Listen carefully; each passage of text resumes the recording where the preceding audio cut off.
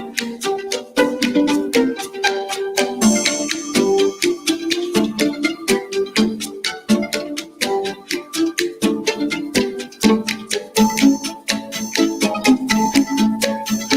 and gentlemen, Miss and folks, welcome to the Culture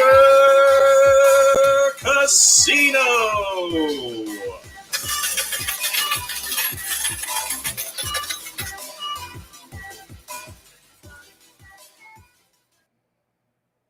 Well, good morning, everyone, and welcome to another Sunday Culture Review. Thank you for stopping by today. I really do appreciate it. We're going to bring in our panel of guests here real quick, and then we'll get started right away. First off, we have our friend, the Merosphere Origins, a creator of sorts. He creates all kinds of stuff. Yeah, you're working on some new projects, and that's really cool. Anything you've got going on right now there, Merosphere? I'm just still working on my book. I've been doing, for my videos, I've been watching Star Trek, the original Star Treks. I've been going over Enterprise seasons, doing reviews. Since I was never really a Trekkie, so I never really watched them all the way through. And now they're all on Netflix, so yeah. All right, well, that's cool. Let's bring in our next victim, or our next panelist. It's the great Tommy and the Guinea Pig Collective. Hey, Tommy, how's it going this morning, bud? What up? How's it going? That's going really well, and we're just talking about what we're working on. I know you keep cranking out the content with your retro toys and stuff. You got anything cool coming up? Just the typical same old. You know, I got another retro discussions due tomorrow, and hopefully, if I'm not swamped with a whole bunch of other things, I'm going to finally get some videos out for my regular toy discussions and movie discussions as well this week. All right, that's cool. Can't wait for it. You know, I watch as much of the stuff that you produce as I can. So let's bring in our last panelist, and that is the great Wes Moody from the Wes Moody Webcast. Good morning, Wes. How are you doing, brother? Morning. I'm doing well. Still a little tired from last night's stream, but I've got some coffee and I'm ready to go. This is all I can't do. Well, what's that? Are you doing like gang signs? No, I'm trying to do the. He can't. He's trying to do that. I heard this is a bad one. Don't do this one. That's a bad one. That okay. Yeah. No. Unless you're unless you work. Stop it. Stop it. Good morning, everybody. Let's say hello to the chat. Let's see who's here. We got Toxic Man Flu. Good morning. There's Shellbach. Hey, buddy. We've got Angela Straven, our resident vampire and backyard wrestler. Can't wait to get some of that material. I can't wait to do a video of him just doing crazy stuff. Hey, good morning, Keck. How's it going, buddy?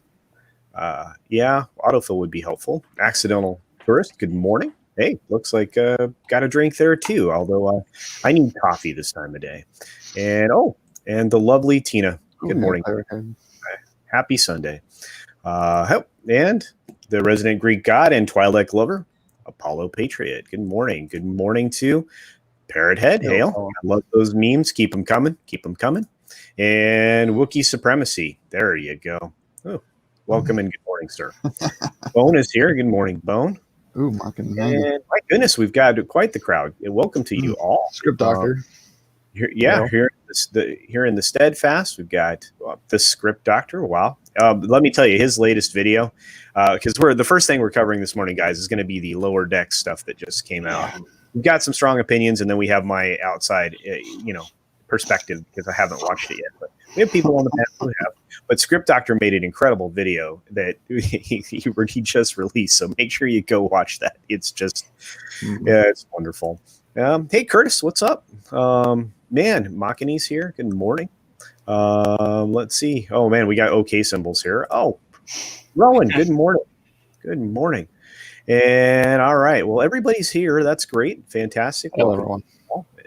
And all right, well, you know what? I say let's get started. So, first and foremost, I think Merosphere is willing to talk about his experience in watching a little bit of Lower Decks. So let's get that going and see where we're at. All right. Yeah, no, it's see, I already said is I never grew up as a Trekkie. I was always into Stargate SG-1, Star Wars. So I watched some of the original stuff, like the Lizard, the episode with the Lizard Man. famous ones like that I've seen. I saw some of the movies, so I know some of it, but I've never like gone through it. So now that it's all on Netflix, I start going through them. But yeah, thanks to Wes, he gave us the link to go see Lower Decks, and that physically hurt to watch. My cringe muscles were just I've heard some a little bit cringe.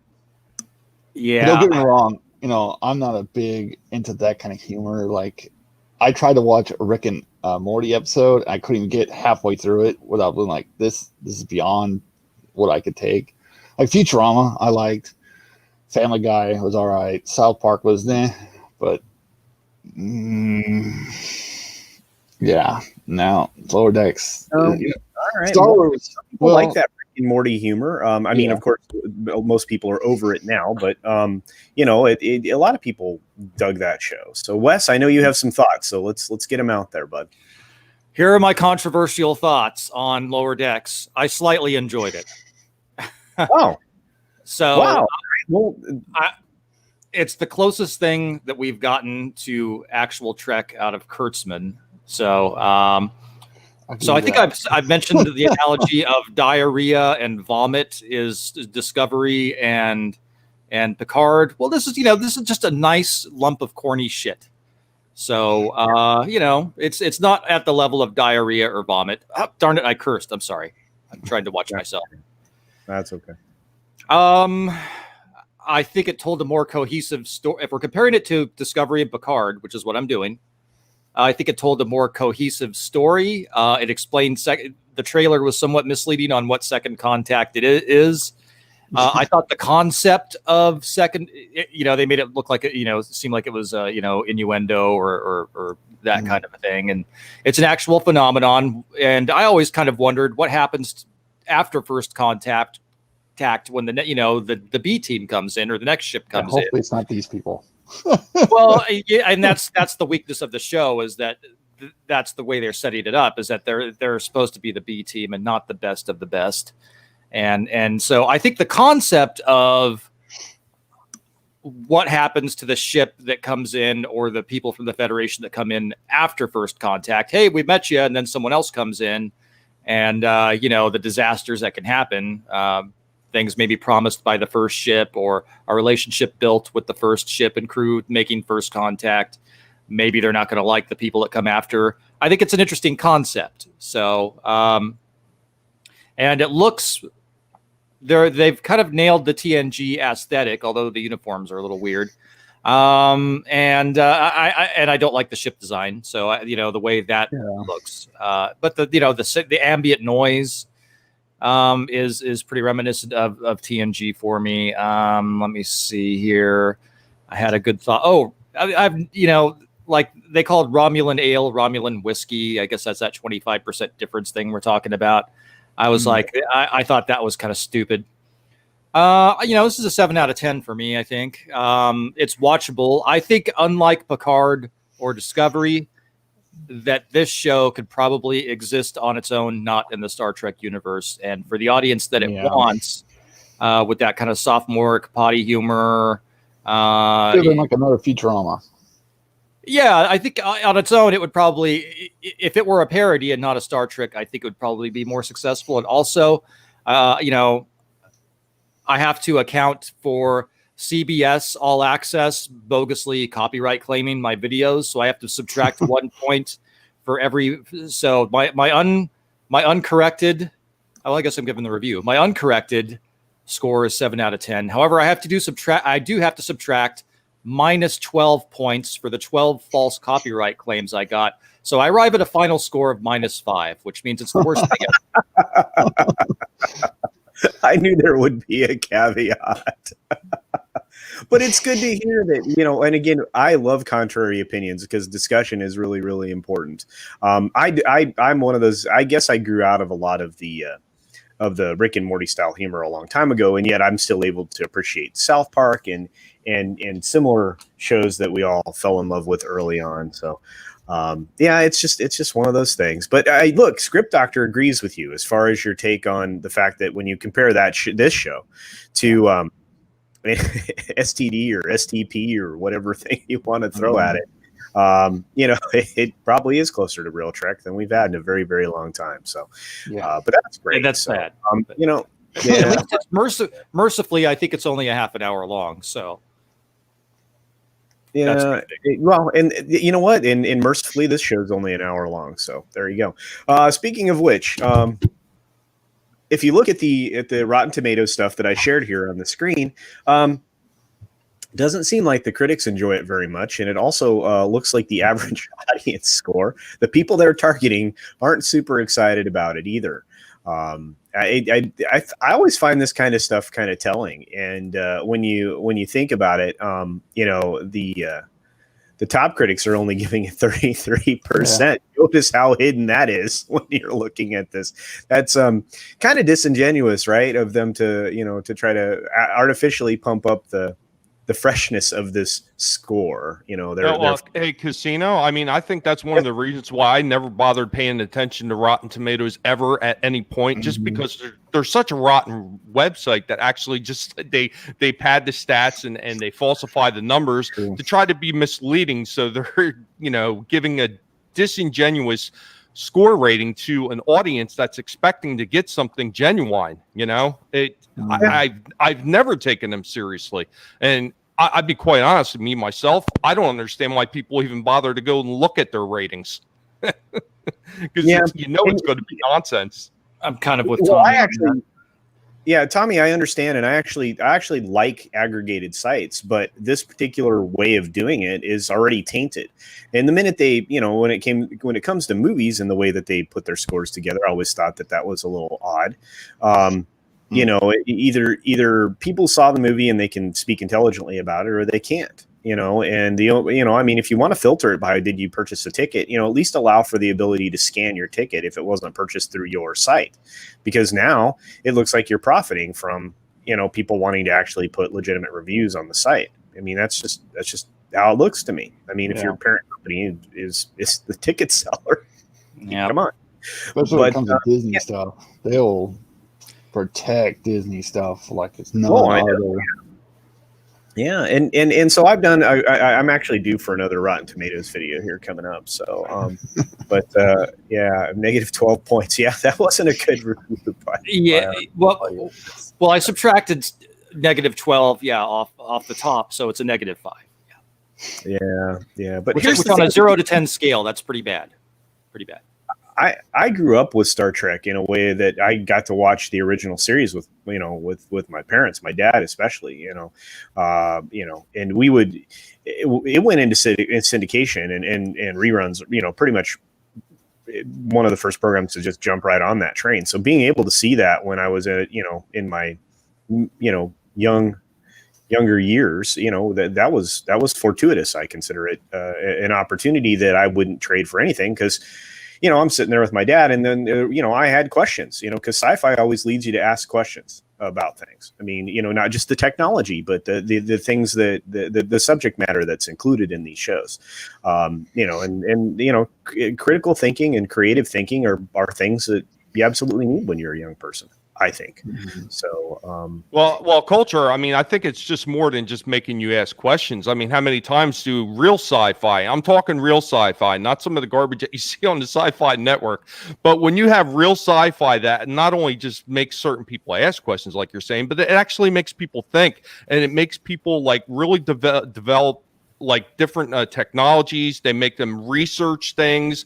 It develops interest in stuff that people may have otherwise not known about or not even cared to look into, but they've seen it on a sci-fi show, and it actually intrigued them enough that they became creative with it. I mean, look at some of the technologies we started getting in the end of the 90s into the early 2000s with the rise of the smartphone. That all stems back to sci-fi. Yeah. Right. Yeah. I think we wouldn't have a lot of the. Well, I mean, look at Star Trek, the communicator, the little flip phone thing. We all had that. We all had a Sony Z phone or something similar, like the Motorola flip. Sometime in the early '90s, I'm sure. So I think I had my first Z phone in '91, maybe. I don't know. Anyway, it was whenever it came out, I ended up with it. Sony made a really cool little flip down mic, and then that just got taken to another level by movies like when The Matrix originally released, and we could go into The Matrix for a while, but I'm not going to because we like to keep it a little lighter on my Sunday show. So, but yeah, it's just one of those things. But yeah, if it weren't for sci-fi, I don't think we'd have the science and the progress in science that we have now. Oh, so. no. Yeah, it brought a lot of people into wanting to become scientists, and especially like space and all, like I put in my review when I reviewed it. I said, like, one of the things that really bothered me about the show is how how Star Trek has always been the more serious of all sci-fi shows. It tries to be more scientific. As like, the guy has that bite and he gets on the ship and turns into a zombie and like just goes nuts. I'm just like, I'm watching Star Trek Federation right now. So every time they get all the thing, they're scanned by their doctor, like every single episode. And they go to quarantine and they make entire, 45-minute episodes about like different stuff. So I'm just like, that never happened. Yeah, but with Star Trek, I mean, when you are teleported, when you're beamed up, however you want to look at that, when that process happens, the biological material is separated. So that which is not you is not with you when you arrive. So, you would be cleansed of anything that would have influenced your person when you were beamed aboard or whatever. Beamed from location to location. Anyway, that's neither here nor there. So, but I always thought that was funny when they tried to introduce outside things like that, being infected by something or whatever. But okay, so this is something I wanted to address. The script doctor made an animation or a few of them during the course of the video that he just released, and a lot of basic animations I've seen, including those when Midnight's Edge After Dark do their Bat Tom stuff. Those animations sometimes look more advanced than what we're seeing right now. So YouTubers are. I have to say, I joined this merry band of humans, and I have to tell you, I can't believe the talent we have in these groups. But So I hear you're trying to invoke the name of Bat Tom. That was a pretty good Bat Tom impersonation. It was pretty good, Tommy. I love it. Yeah. They don't know what they're aiming for. That's true. When you watch this show, who's it for? And I guess that's the question you always ask when you create something. What I'm doing, who is this for? What person's going to consume this entertainment? I think that everybody who's ever created anything. I mean, you're a writer, Mirsphere, right? So you're working on your book right now, and and everything else. I mean, your art's really cool, but you're working on this stuff, and aren't you always thinking about who's going to read this, who's going to consume this, or what are they going to be interested in? Yeah. I have to think like what the audience is going to think, how it's going to read. Who actually, what kind of cool fantasies you want to put in it? What kind of, because mine is sci-fi fantasy, so it's going to be like combining Lord of the Rings with what's that? 40K Warhammer, 40K, something like that. It's kind of close like that. So it's like fantasy mixed with sci-fi mixed with. I'm actually putting in several different like religious stuff into it, and kind of like combining it together to make it make sense that all these different things kind of come from, So it's gonna be interesting when it's all done. I can't wait. But if I'm an author, I don't really see myself as an author. I'm more of a storyteller than anything else. Yeah.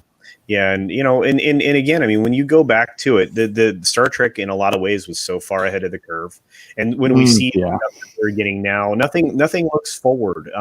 we've abandoned the concept of what the future might look like, I believe, and a lot of these shows represent that. I think, and Roland's right. I mean, when you look at the old school the Ames furniture, which is all that bent plywood, just amazing stuff that we had, that was just after mid-century stuff, and it was amazing. I mean, and they asked the right questions. When are TVs going to be on the wall? Well, it took a little longer than they had thought, but yeah, I mean, that's what we ended up with. So. Anyway. Yeah, remember the old way of putting a TV up on the wall? You had that big giant wooden box hanging off your wall by 3 or 4 feet. Yeah, that would crush the little kid as it ran underneath, and bump the wire the wrong way. Yeah, no. And then like, well, shows like there was representations of that idea in shows like Mad Men. You could see that they were already considering those concepts back in the 50s and 60s, or the beginning of the 60s, where they had a TV in the wall, but it was embedded in the wall, and then they they kind of walled up to it, with drywall or a plaster and lathe or whatnot. And Karen Prime is here. Hello, Karen Prime. Thank you for joining us from in someplace where it's night. So that's awesome. I love that. And there's Roof Korean. What a great fan of many of our shows. Really, truly appreciate Roof Korean being here. Mr. Talum, welcome. Thank you. Yeah, Nerdrotic's a great creator. One of the best supporters of everybody else around him. He's a good guy. He's the reason I write my book. Yeah. Part of the reason we're all here, I think, has a lot to do with Gary. I mean, we all saw everybody up and coming, right, Wes? Yeah, absolutely. Yeah. I definitely wouldn't be here if it weren't for Gary, because honestly, and I wouldn't have known how to interact with a chat if it weren't for Gary. That was the one thing that was holding me back from ever starting a channel. That really was something that intimidated me quite a bit. And I was like, oh, okay.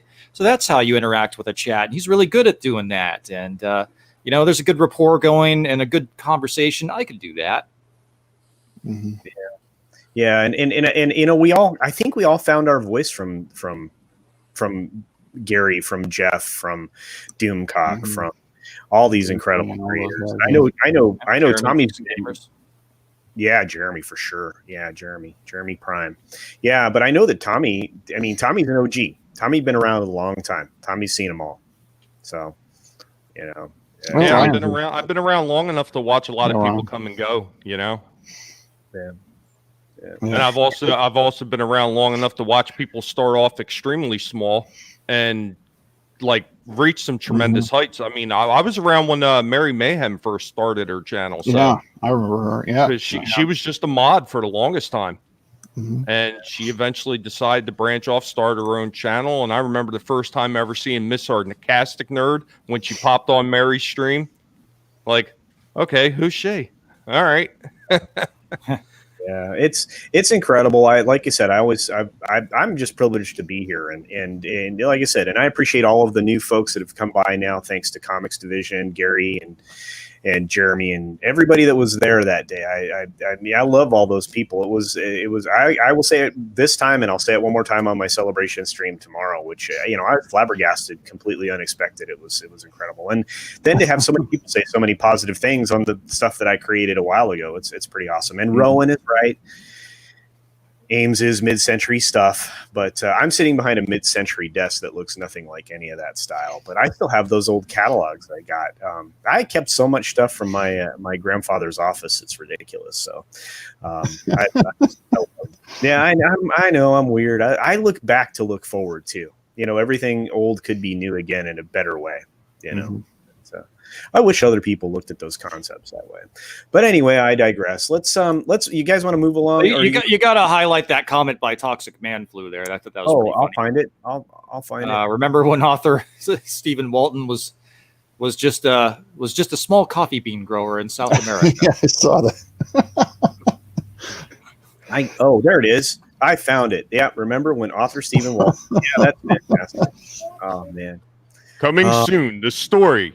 A lone author on his own in the Columbias looking for the perfect coffee bean for his coffee enema brand.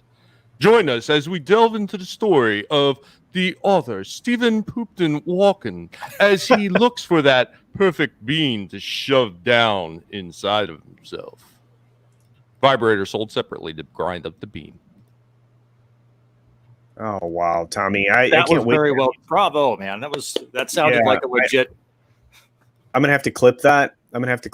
So that maybe we can have like some narration for like the commercial, because there's a lot of stuff in the pipes, guys. We're hitting on these subjects daily when it comes to these guys. So yeah, Mando's amazing. Mando, I get an opportunity to hang out with once or twice a week, and Mando's a lot of fun.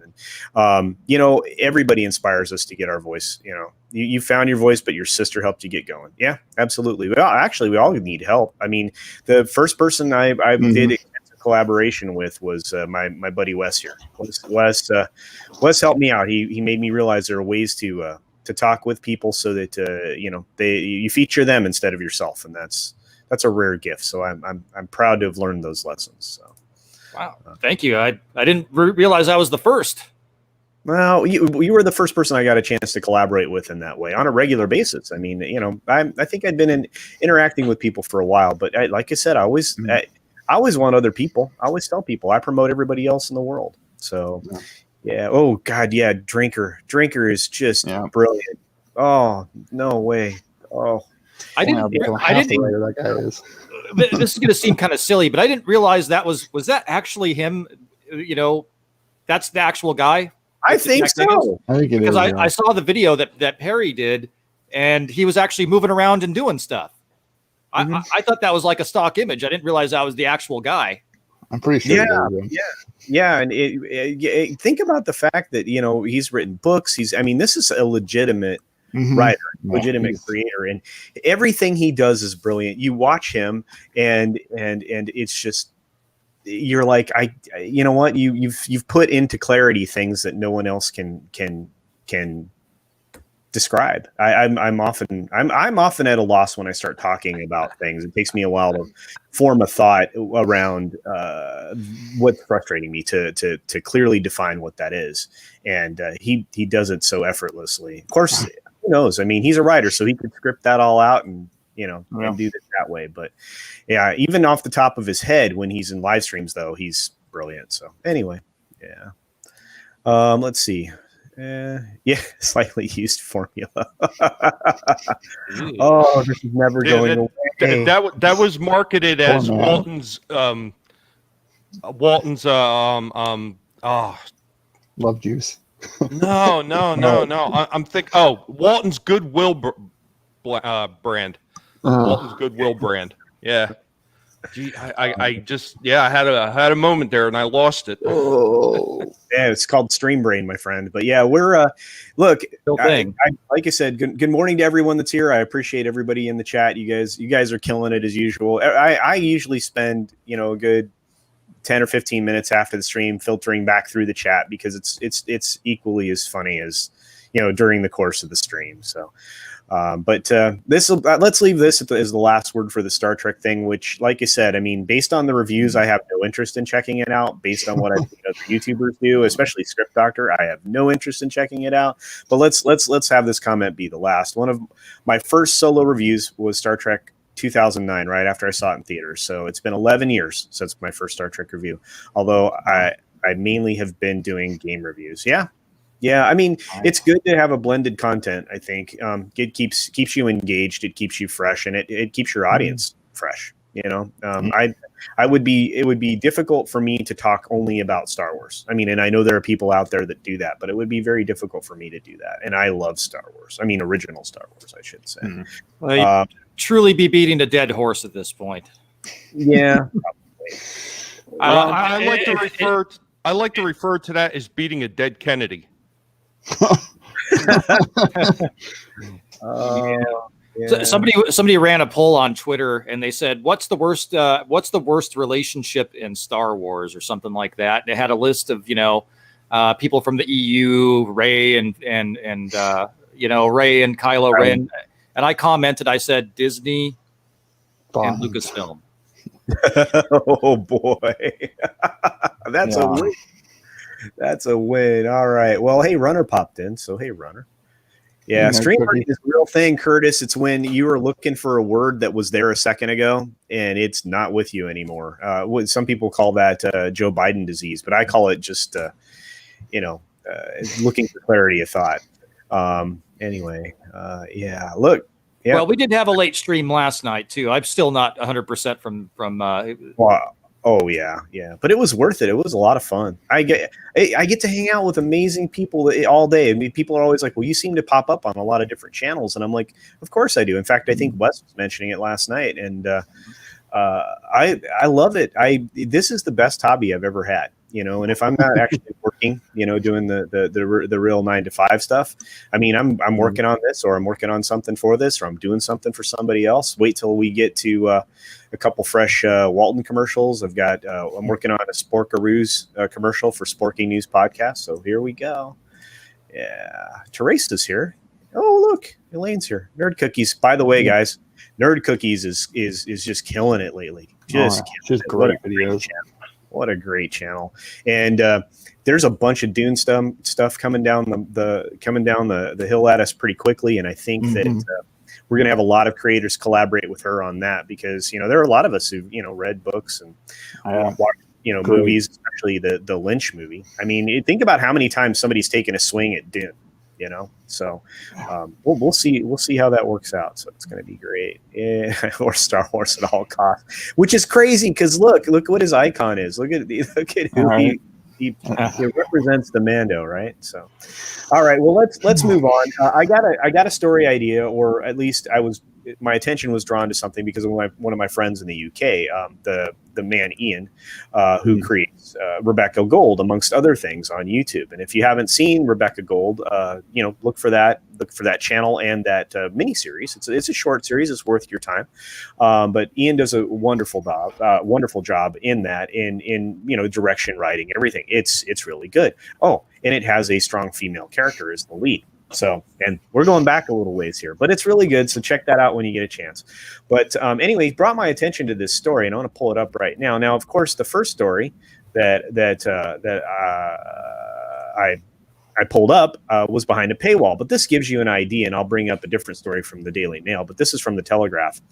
The BBC is spending £38 million on call centers and staff to chase over 75s. This is pensioners, people they call pensioners, people over 75 years of age, for the license fee. Now, this is on the heels of trying to get that completely abated.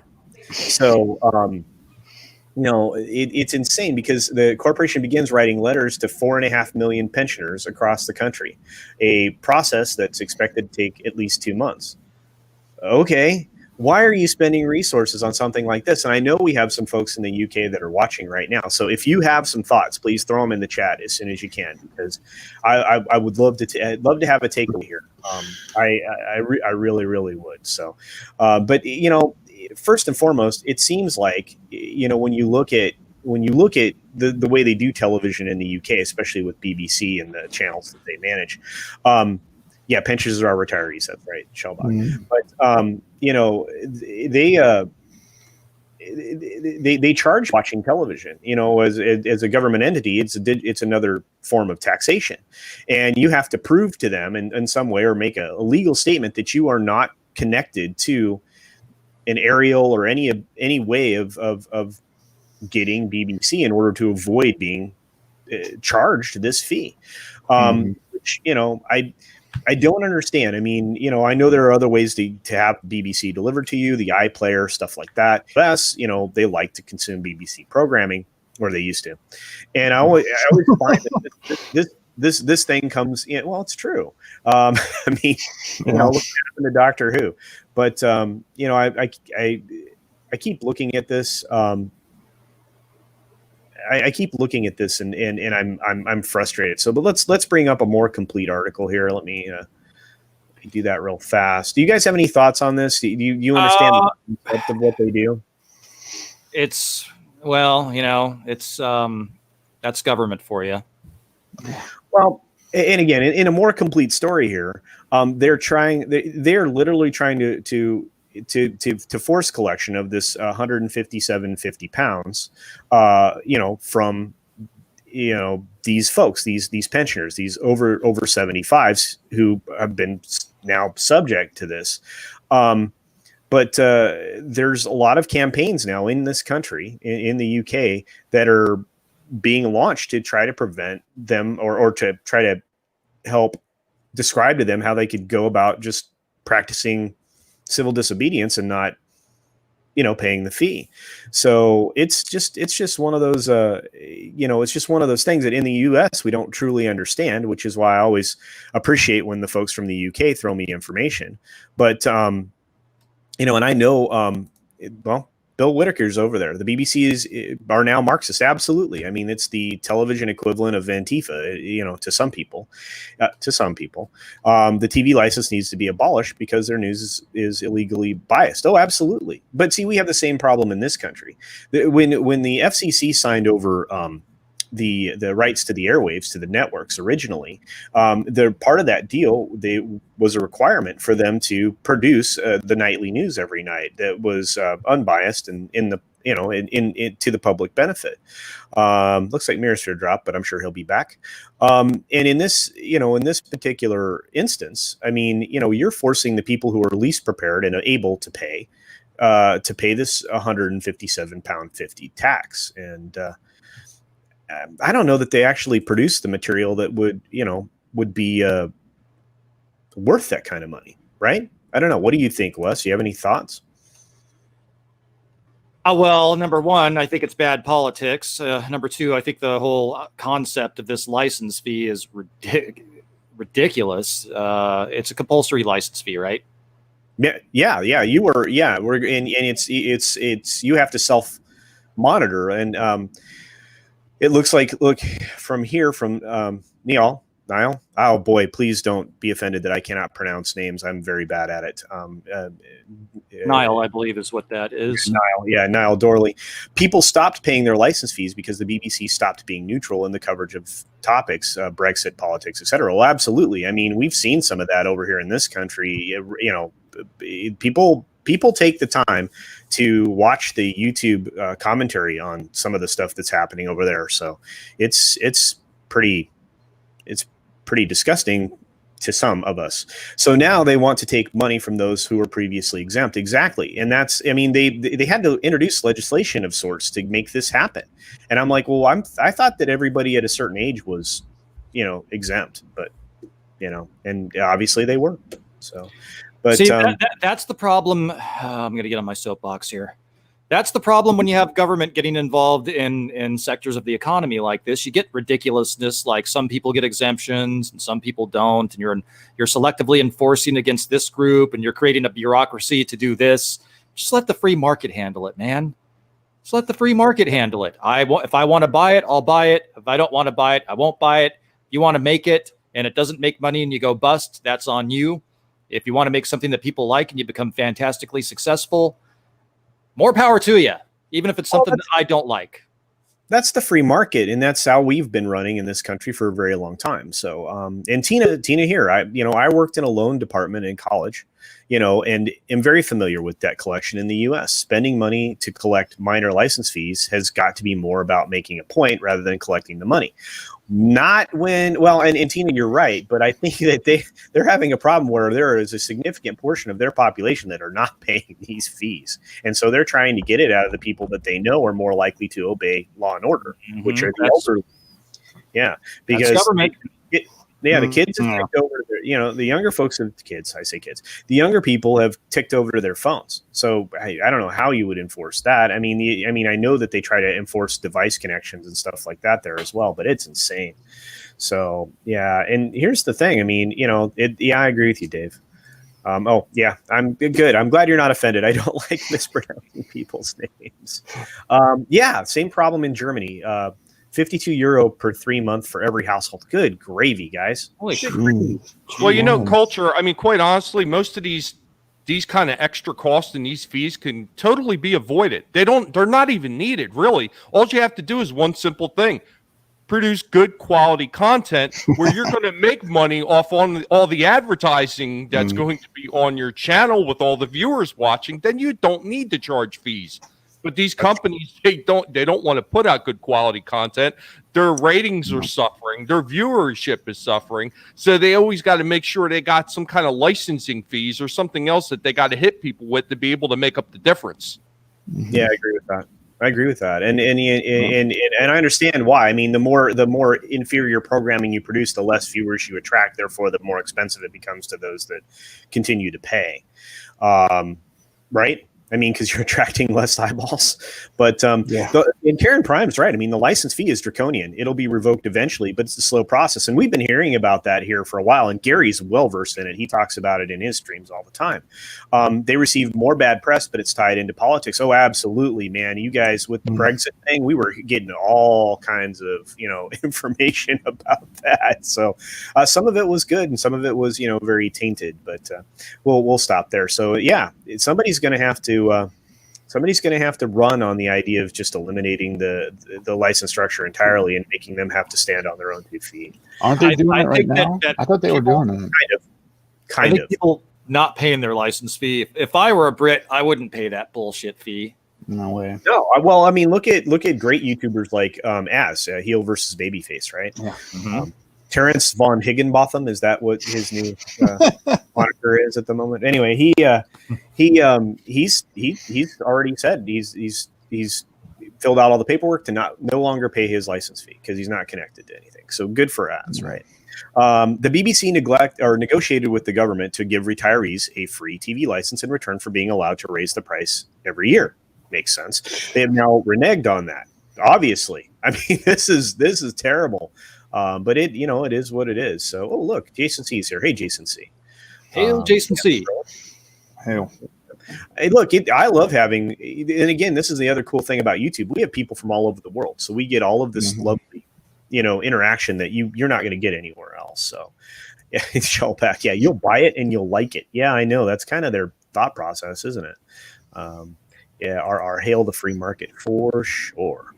All right, let's see. All right, well, I don't know how in depth you guys want to get into this. I just thought it was kind of ridiculous that they're hiring so many people to enforce something that, yeah, I'm not done soapboxing yet on stuff like this because I greatly dislike big government. I'm a libertarian, and this exemplifies the problems when you have government intervening in the marketplace. And assuming functions that the free market can do much better. I mean, you get the little petty politics involved, the bureaucrats, and the labor union contracts, all of that, and the inefficiencies built into all of that. In addition to them trying to shake down grandma, pull her wig off her head, looking for some money. It's Jesus. Yeah, I'm getting mad. Okay, I'm done. Yeah, I agree with Karen Prime. I don't even watch TV anymore. I'm watching YouTube, Netflix, and isn't that the weirdest thing? How your Max now can change so quickly, right? When I see a commercial, it really, I don't know, it's weird. Yeah. Like for some reason that there's been an epidemic of like catheter commercials on cable news. I'm like, are catheters really that much of are catheters really that popular of a product? I mean, are people really shopping for catheters? I don't know. Are they? Speedy cath, like what? But here's a good point from Andrew Craig. When the BBC was founded, there was no market. That's why it was created to give people a reason to buy radios. And again, we had similar things here in the States. I mean, radio stations were given an FCC license. The requirement is you produce programming in the public interest and allow for PSAs and other governmental stuff to air on air. Same thing happened when we switched over to television. It's exactly the same thing. And then, here's the thing. At what point were the license? This is something I'm going to plead ignorance on. I don't know when you guys started charging license fees. I don't believe that was an upfront thing. I think, radio stations managed to run just based on, advertisements, right? So usually. Yeah. And yes, this is Roof Korean. I recall Boris threatening to do something to the TV licenses or defund the BBC. Yeah, I've heard that multiple different ways. I mean, Gary talks about it all the time. Yeah, I because we have such a diverse audience, I always like to learn. You guys keep me well informed, and I read constantly, guys. It's one of my favorite things now that, again, just like Karen Prime, I don't watch TV. I watch YouTube. I might watch some Netflix, which I've actually falling out of the habit of. There are some programs that I enjoy, but outside of that, commercial television is off the board for me, guys. I think in one of my most recent videos, I think you guys saw that, I canceled all the sports packages. As far as I'm concerned, none of that matters anymore. Culture. I got rid of regular like TV, and not only just regular TV, but like cable TV. I got rid of it almost 2.5, almost 3 years ago now. I just couldn't take it anymore, and that's even like the streaming TV. I didn't want any of it anymore, other than having Netflix for just like whatever shows that are already out on like old library type stuff, and my wife having Hulu for a few things. We do not have anything that's live TV anymore. We just gave up on it. It just wasn't even worth it. It wasn't worth the money, and it wasn't worth the time and the effort to watch half of the trash that they were putting out. Well, and you know what? You're right on point, because I'm one of those people. I've been a DirecTV subscriber forever. I mean, when I say forever, I mean, I don't know, 1996, 97, long time, and imagine having a customer like me walk completely away, which is about to happen.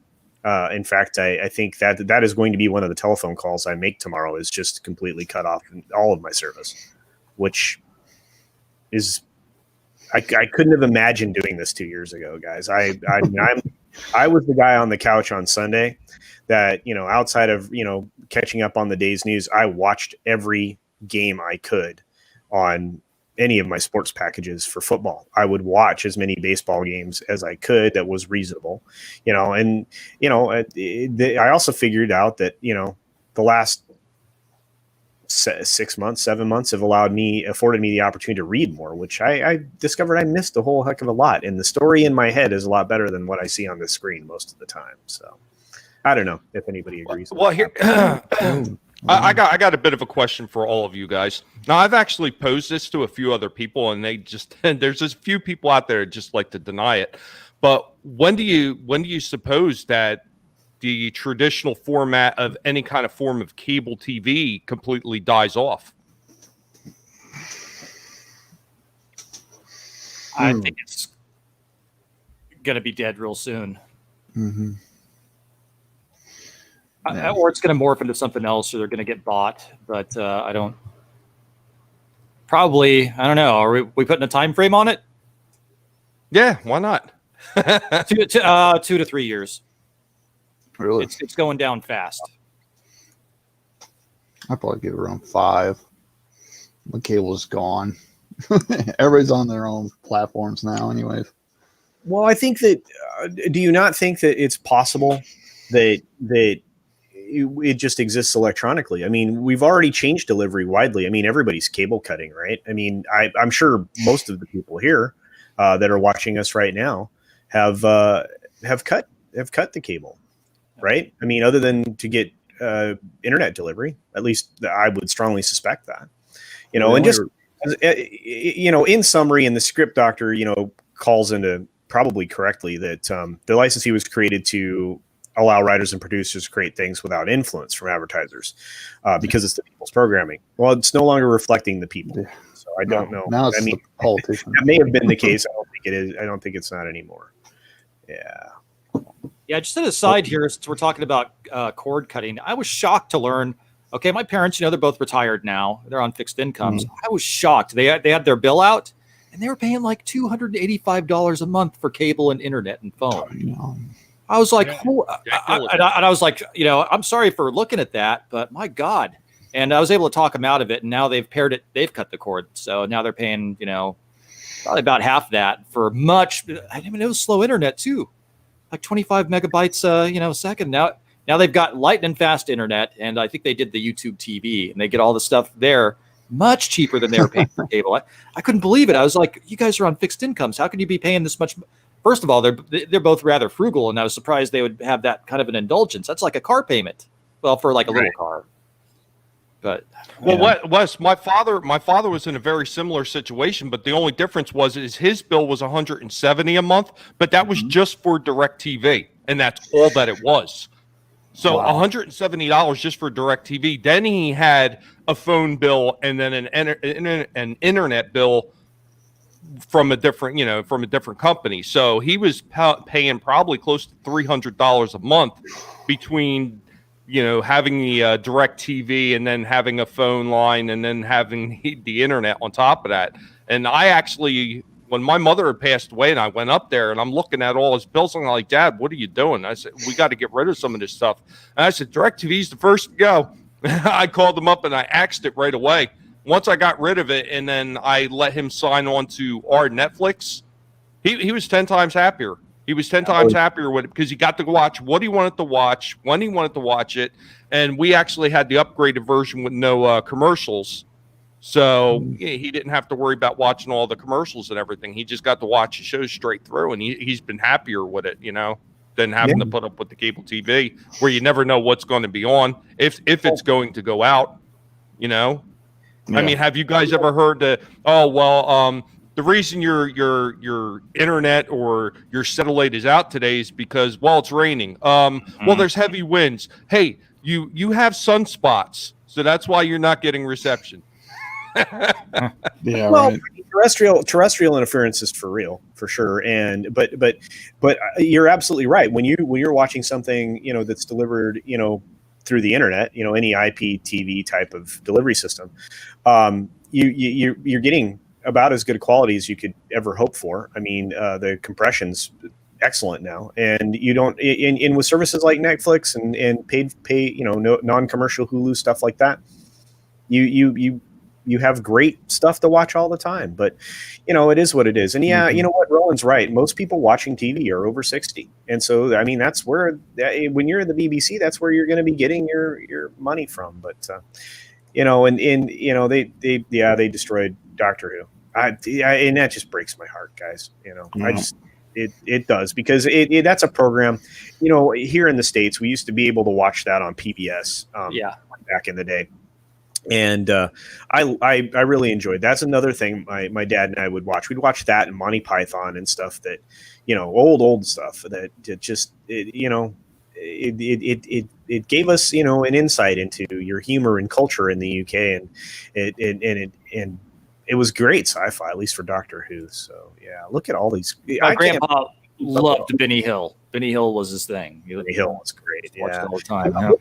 Toxic Man Flu probably can put the final word on this, because I do want to move on because we're getting close to closing out. But what we are witnessing now is the death of the popular form of entertainment. Just like the melodramatic theaters, they died when the movies came around. Absolutely, there will be consequences and collateral damages. Yeah. Mm-hmm. Yeah, I used to go to the theater to get that kind of entertainment, the live stage performances and stuff of, adaptations, and then we got the silent films, and then from there we got the talkies, and then we got color, and then then we ended up where we are now. It's technology and amazing stuff. Hey, culture. Can I add something on that real quick? And when he's talking about you're seeing the death of traditional entertainment, we are already seeing that, and the collateral damage is already being felt. Companies like Netflix that are buying up movie theaters. Who would have ever thought that a streaming giant would start buying movie theaters? Nobody would have ever thought that 5 years ago. Yeah, but see, here's the other thing I'm kind of worried about. In this country, we concern ourselves with antitrust, right? Antitrust laws and things like that. And based on what is currently happening in the change of opinion on that law, and how it's enforced and everything, I'm kind of concerned, because if the studios are allowed to purchase back into the theaters, I think we're going to get even less diversity of thought, opinion, content, etc. I think that'll be very bad for. Here's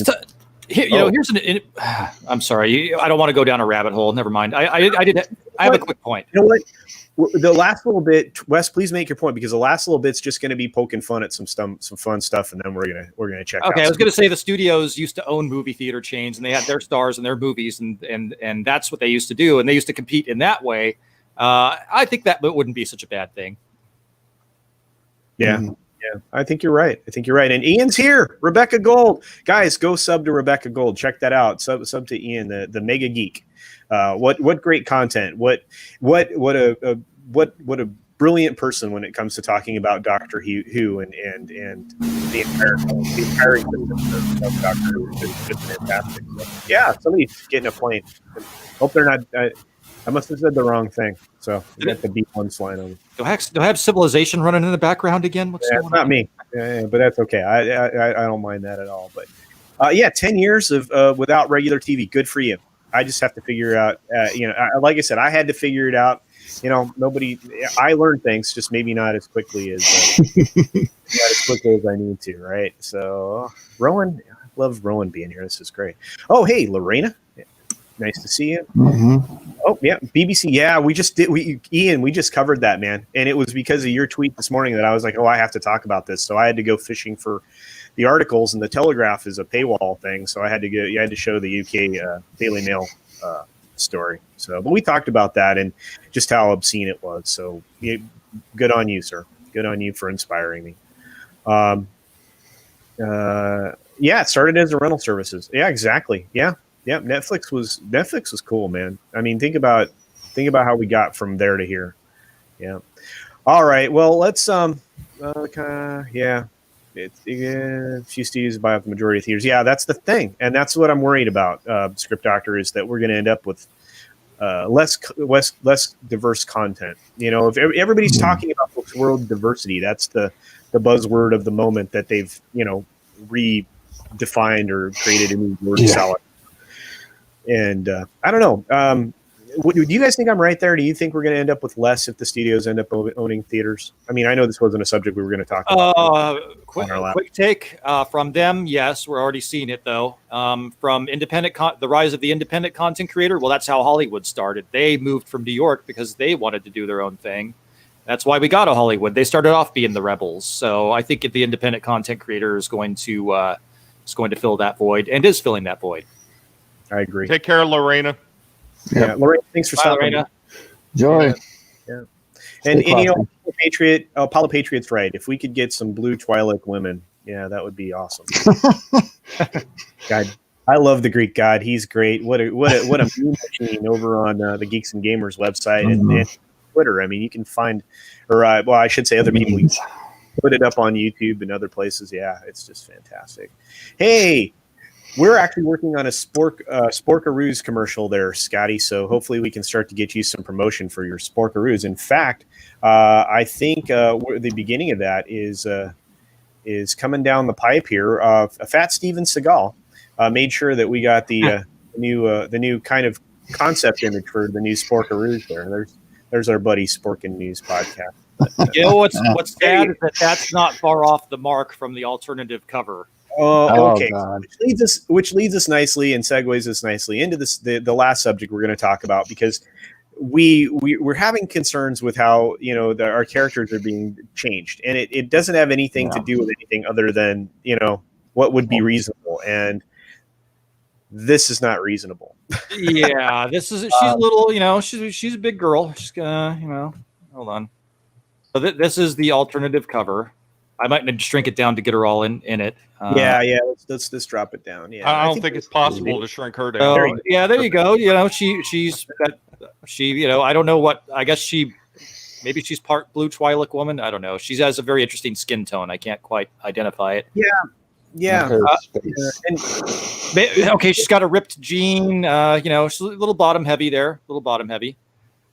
Maybe I have a theory. They're going to give her it's going to be like a replacement Wonder Woman. She's going to live in a van by the river. She's going to be a former drug dealer. That sound at all familiar? No, I think you got it completely wrong, Wes. What's going to happen is Wonder Woman is overly toxic. They're going to replace her with a nice woman who used to be a social worker, and this is the one that steps in to fill that role. Yes, this is very real. This is a variant cover for the new Wonder Woman 84 book, I believe. And what's funny is it's done. It has the Rooster Teeth brand on the bottom corner that we're not seeing here. Oh, let me. But as you can see, it's $3.99 for this book. With this variant cover. So, look, I'm not a fan of the Cal art style, as Gary likes to call it. This looks incredibly flat. We have incredible artists in our community, as you all know. Anna, that Star Wars girl, Makini 90 is actually working on. Yep, I knew it. Yep, he's working on his own version of the cover right now, and his art's amazing, guys. I actually have one of his T-shirts that I'm going to actually wear on my my celebration stream tomorrow. Nice. Yeah, the Merry Project Mayhem, the Merry Mayhem shirt, it's so great. Mm-hmm. So, but yeah, I mean, it's the Hulk has a green skin tone, so I mean that's common.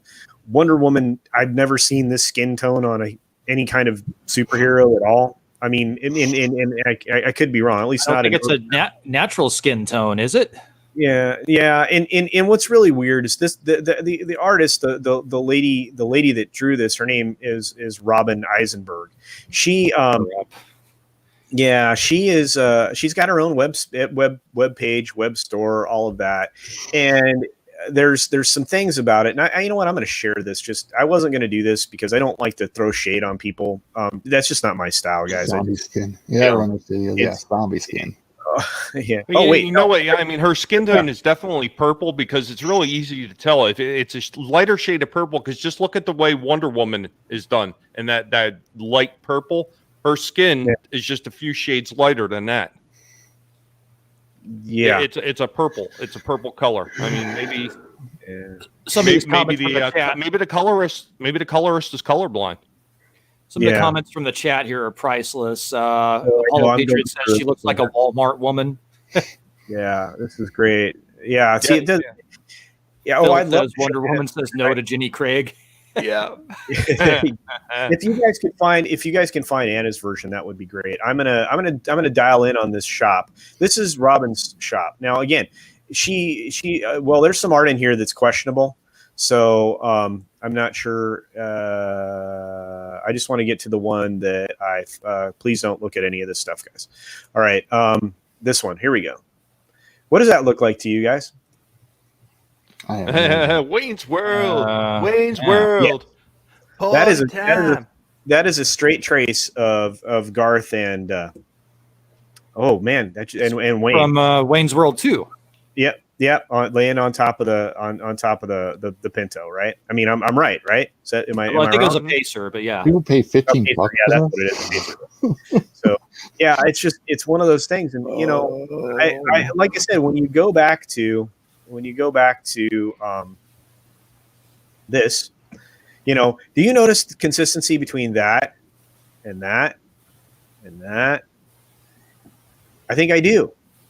This artist, if you actually, and I'm not going to do this on the stream, guys. It's not the way I'm going to do it. Yes, Spork, and I like your cover better too. But there's a gray Hulk out there. That's true. Give in to your hatred. Yeah, rare for women to have color blindness. That's also true. Gosh, you guys are just killing it. Yeah, I found it in '93, so it fits. Okay, so you're saying this is pre-Janie Craig Wonder Woman variant cover. Okay, I got it. Thank you, Philip. No, this is Wonder Woman After Dark. According to Christie, is going to wind up having a new stream just for it. Really? Okay. Wow. All right. Okay. Anyway, so it's just one of those things. I truly believe that she projects herself into everything that she does. One of the characters that's consistently in her art, I believe, is herself, guys. And you know, it's one of those things that I think a lot of these people do. A lot of these people that fall into these categories of these new creators, artists, whatever, I think they project so much of themselves into the art that they represent that it can be frustrating. Yeah, Shellbach, I knew. Pacer, I'm bad. Rowan, my crap art is better. I actually do my own stuff and start selling it. Jesus, this sells. Polly, this is a lie. I showed this to a friend who is very anti-Disney Star Wars and said, cool, a relatable Wonder Woman. And my mouth dropped. Oh, no. This is so great, you guys. Oh, thank you, Toxic. It's cosplay. Yeah, you know what, Jake D? I think that's right. I think we, yeah. I actually called it the equivalent of Disney bounding, which means you dress somewhat in the same colors and representation of a character, like Mickey or Minnie Mouse or whatever.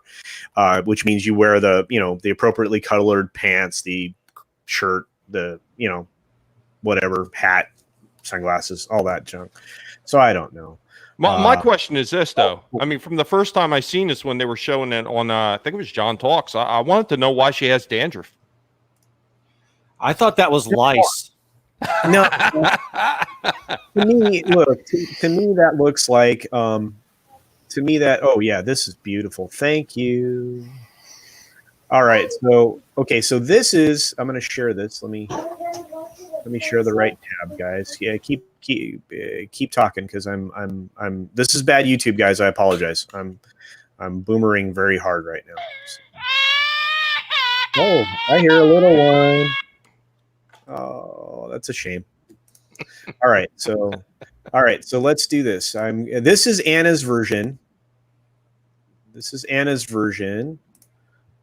Did I get it? Did I do it right? Yay! Something's happening. Oh, hey, that looks like Wonder Woman, sort of. That's a lot better. All right, what do you think of this one? What do you think? And I want to say thank you to Parrot Head for this because that was some. The leather jacket and pants. Yeah, that would be cool. Yeah, I've seen that somebody do something like that. And this, thank you, Parrot Head. You're good. I still don't like the hair, but that's whatever that white stuff is in there. It's a little disturbing. It's the background. It's the background. It's a cutout. The hair's a cutout of the background. Yeah, it's supposed to be the stars in the background. It's supposed to be you're seeing through it. Yeah, I think it's dumb. It looks like dandruff or lice, like Wes says. So yeah, and yeah, Roland's right. The video of this is really cool, and it didn't take her very long. I mean, it's just people like that. That's a gifted artist, guys. Somebody who used to. Somebody who can do this for a living. This is not that person, I don't think. So, yeah. Hey, Friday Night Tides brought me here. Well, thank you, Foul Ball Productions, and welcome. We appreciate your viewership. Thank you for getting here. And, yeah, I can't say enough good things about Gary and comics and Az and Tom. Oh, yeah. Tom, by the way, Tom is probably the greatest content person across the board on YouTube because he's everywhere. I mean, the guy doesn't sleep. I don't know how he. Plus, I love Mead Radio. If you guys haven't caught Mead Radio on Midnight's Edge After Dark channel randomly, whenever he does it, it's amazing. I fall asleep to that whenever he does it. It's incredible. So, if you haven't caught Mead Radio, this is Bat Tom promoting it. You need to get over there, or I'm gonna have Alfred take care of you in your sleep. you got to get the icon, Tommy. Oh, I would love to have a producer, but I unfortunately I don't have Gary money. Gary money. You have a producer. I just look. Memes. I love it. Memes is here. This is so great. Yeah, this looks like a woman. Rowan's right. Yeah, Curtis. Yes. Yeah. Oh, there it is. There's Curtis. Curtis is much better. Yeah, she's hot. Yeah, I know. It's so weird how just a slight change in what we see, a slight change of how it's presented. Enters everything, because again, I mean, I can flip back. I think. Let's see. Yeah, that's the original version, right? Okay. Now we've changed the costume elements, and if you watch the video, you can see how quickly she went through this whole process. But you've changed the bosom area. You've changed the way the waist is displayed. The only thing that Anna didn't do that I thought she would was to color in the bracers. Gold. That she wears, because that's a deviation there. But zombie Wonder Woman. Hey, she's not a zombie. She's a crackhead living by the river. That's what it is. I think, but you know what? I think Script Doctor's probably right. And remember, Script Doctor is a writer, by the way. It's definitely an oxygen deprivation. So, it was a thing in 2013. Yeah, Oh, I love it. I even like. I think that if we're talking about a character that goes through different time periods, I think that their costuming and their presentation should reflect that. I mean, I'm sure you guys agree. I mean, the gold armor suit that she wears in the trailer, have you guys seen that? Yeah, I thought that at first. I thought that was a Hawk Girl or what's her name? I think it's Hawk Girl, isn't it? Yes, it's Hawk Girl. Yeah. Yeah, that's what I thought. And then it turned into Wonder. I was like, wait, what? Yeah, I think a lot of people thought that at first because it's the same type of wing design and everything like that. Mhm. So It's cool. I'm looking forward to the movie. I don't want to be disappointed. I was still, and I still, maybe a little bit of me is still looking forward to Black Widow, but knowing how the story ends, guys, don't you think that you're just going to be even that more sad at the end of it? I mean, or maybe you won't care as much about the character and the events there because we already know that I'm not going to care as much about it. She's dead. Yeah. Well, Anna posted a sped up 10-minute version. Yeah, I know. It's amazing. And what she does is ridiculous. Look at her signature down there in the bottom. Oh, she's so cool. So cool. Yeah, must be toxic like me. Yeah, but Diana Prince, to go back to every actress that's played Diana Prince. I mean, wow. So, yeah, we have way more than 3 Parrothead, but yeah, you're right. There's at least 3. I can't believe how many talented folks we have. Yeah, Tom is a lovely human being. So, yeah.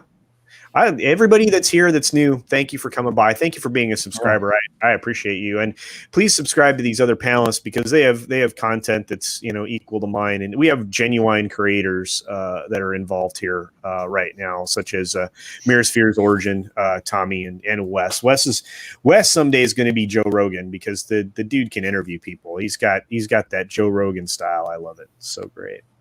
I haven't even done DMT yet either. Okay, well, yeah, and you got to get yoked, bro. Got to get yoked. Get in the gym. Working on it.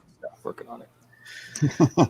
Oh, yep. See, Latino slants. Like, yep, that's very attractive. Well, all right. See, you would know.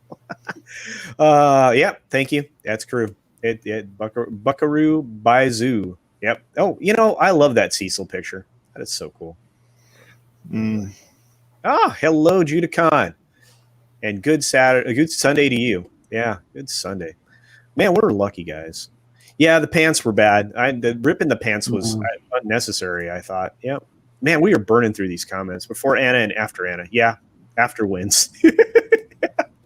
Mead Radio, best 4 hours. Yeah, I know. Yeah, but see, it just keeps, he'll just relaunch it or, start a new stream or whatever, Well, at one point he had 2 radio shows.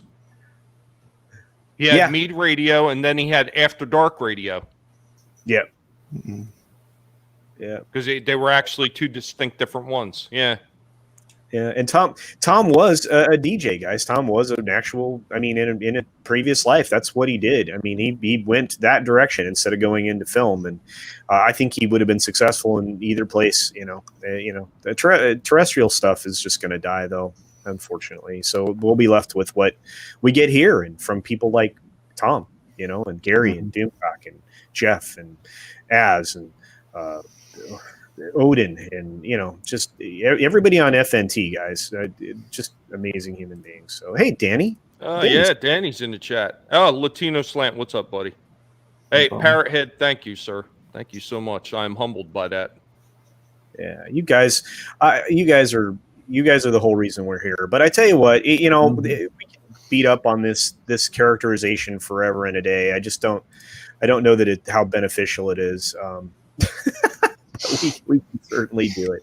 Anyway, yeah, it may be so. But anyway, so we took a few minutes to poke a little fun at not necessarily the artist, because she has some unique art takes for sure, but it doesn't represent comics. It doesn't look like a comic art. It does, and maybe that's the point, but it doesn't even look dimensional. That's actually the word that always pops in the head when I see that Cal art style like that. It's just flat. And in fact, I think Script Doctor has a much better descriptive than I do. So, well, I'll tell you what, she has a different take on it, but unfortunately for everybody that has seen it already, it sucks.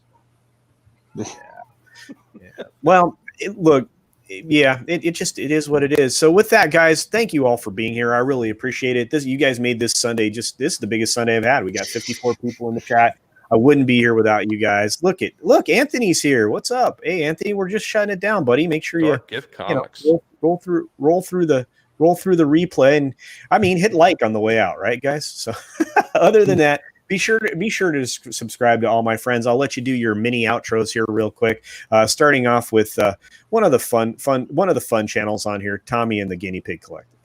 Hey, what's going on, everybody? It's Tommy and the Guinea Pig Collective. And if you do not sub to my channel, I'm going to send a bunch of cyborg guinea pigs out to your house, and we're going to nibble off your toes. So you're going to be able to come by, and you're going to check out our retro discussions. You're going to check out our toy talks, and you're going to check out our movie talks. I'm trying to get by this as quick as possible because he said wrap it up and make it quick.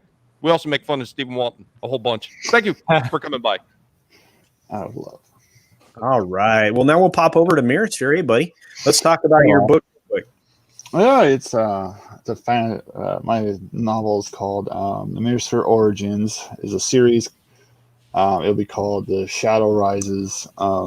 It's fantasy sci-fi. If you want to check out the first 3 chapters, I dropped them onto geeksandgamers.com under books, forums.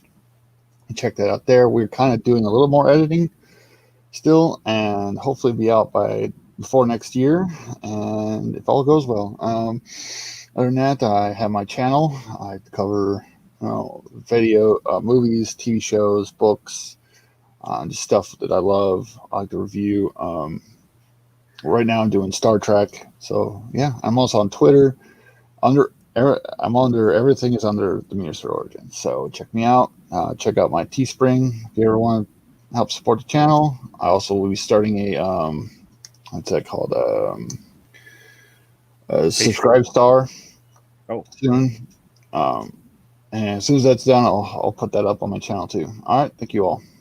Have a good one. All right, and now on to our buddy Wes. Hey, Wes.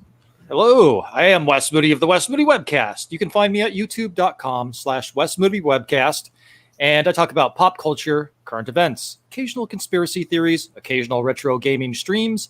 I will vlog about whatever the heck I want to because it is my webcast. We do a live show Tuesday, 10 p.m. Pacific time, Trekking on Tuesday. Culture Casino will be there. We do a live show Wednesdays called Whatever Wednesday. We talk about whatever's trending on Twitter, documenting the fall of Western civilization.